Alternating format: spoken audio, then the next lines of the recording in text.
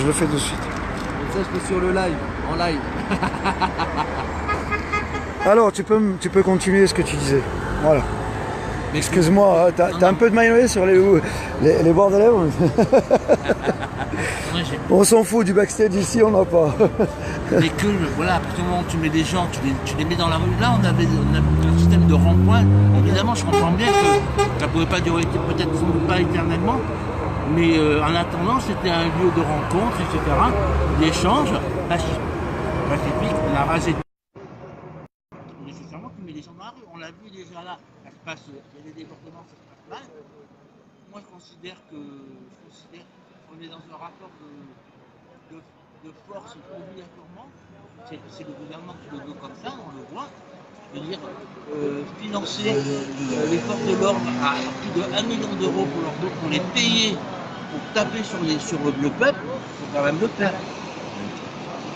Voilà. Donc, moi, je n'irai pas taper. Évidemment, je ne taperai jamais personne, je ne taperai pas. Mais voilà la situation où on en est. Je pense qu'il faut la prendre comme elle est. Et que si on veut le RSC, eh ben, il ne va pas se faire facilement. Quoi. Il ne se fera pas dans la dentelle.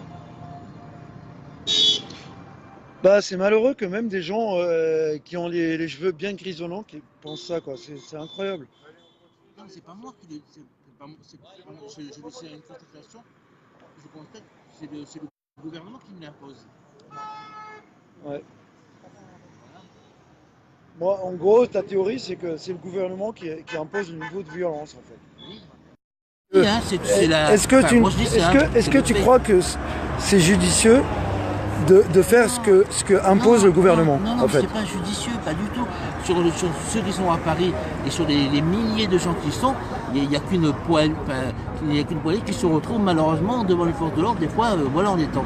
Donc tout le reste, ça se passe bien, ou ça se passe mal pour eux parce qu'ils se font gazer, tabasser, etc., sans rien demander. Voilà, mais ça c'est la situation. C'est la situation, moi je la constate, voilà. Bah, c'est très malheureux quand même. Oui. Parce que moi, j'ai mis un gilet jaune parce que justement, j'ai attendu 3 semaines avant de m'engager. Parce que je me suis dit, bah, pour une fois qu'il y a un mouvement insurrectionnel intelligent, et l'intelligence pour moi justement, c'est d'éviter les pièges du gouvernement et des puissants. Tomber dans la violence, je ne sais pas du tout si c'est en notre faveur, quoi. Si ça n'a jamais été en faveur du peuple, en fait. Parce que quand tu prends les grandes guerres civiles, elles n'ont toujours servi que les puissants. Parce que ceux qui finançaient la guerre à l'entrée de la guerre, ceux qui ont racheté les pays. Parce que c'est ceux qui avaient la puissance et l'argent avant la guerre, les mêmes qui ont financé la guerre, les mêmes qui ont racheté à bas prix les ruines de la guerre. Ça, c'est les leçons de l'histoire. Non, mais on est pas trop cher. Non, on est dans une phase, je dis, insurrectionnelle. Bah justement, est-ce que pour une fois qu'on est intelligent dans un mouvement, je vais encore y croire, est-ce que notre intelligence, justement, son paroxysme ne serait pas là-dedans, en fait? D'éviter le piège ultime que nous mettent à chaque fois, systématiquement dans l'histoire, les puissants. Non. Sincèrement, je ne pense pas que si on fasse une manifestation avec du sitting à 1000-2000 personnes, ça fasse avancer les choses. Je crois qu'une seule personne de bonne volonté peut changer l'histoire. Si. Là, comme on l'a vu, là, si on a gagné des choses, ça n'a pas été une seule personne, c'est des milliers les grands esprits qui l'ont fait, etc. Il y a des grands esprits. Et preuve que les gens ont, un gouvernement a plus peur du peuple qui se soulève que d'une seule idée. Le RSC, il existait depuis très longtemps, on n'y avait ni pensé.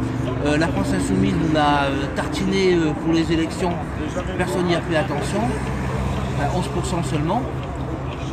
Maintenant, ça y est, je veux dire, tout d'un coup, ça a été parce que le peuple s'est soulevé on a trouvé des idées, etc. Il n'y a personne qui nous les a données. Ok. Bah écoutez, je sais pas quoi en penser encore. Je suspends mon jugement. Ouais, théoriquement, je suis un reporter là pour l'instant.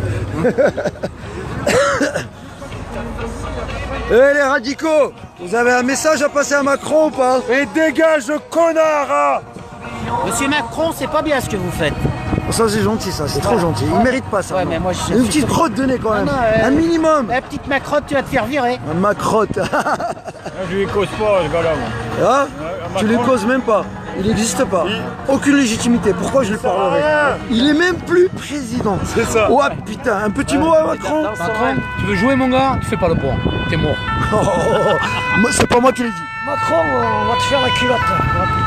La petite culotte. Bon les gars, je vous quitte sur ce. C'est malheureux le rond-point. Le rond-point de Saint-Isidore. Attendez. Il y a quelqu'un qui me. Les panneaux. Ah ouais, les panneaux qu'on a fait. Il y a quand même quelques radicaux qui font des trucs sympas. Voilà, comme ça, déjà, on montre à monsieur Macron. Ah, il faut expliquer aux gens. Che Guevara, les gars, pendant que il faisait la santé gratuite et l'éducation pour Cuba, il travaillait au champ et sur les autoroutes à coups de pioche. Tu comprends? Pendant qu'il faisait la révolution. Voilà, le petit révolutionnaire de pacotille, là, restez chez vous, vaut mieux pour vous.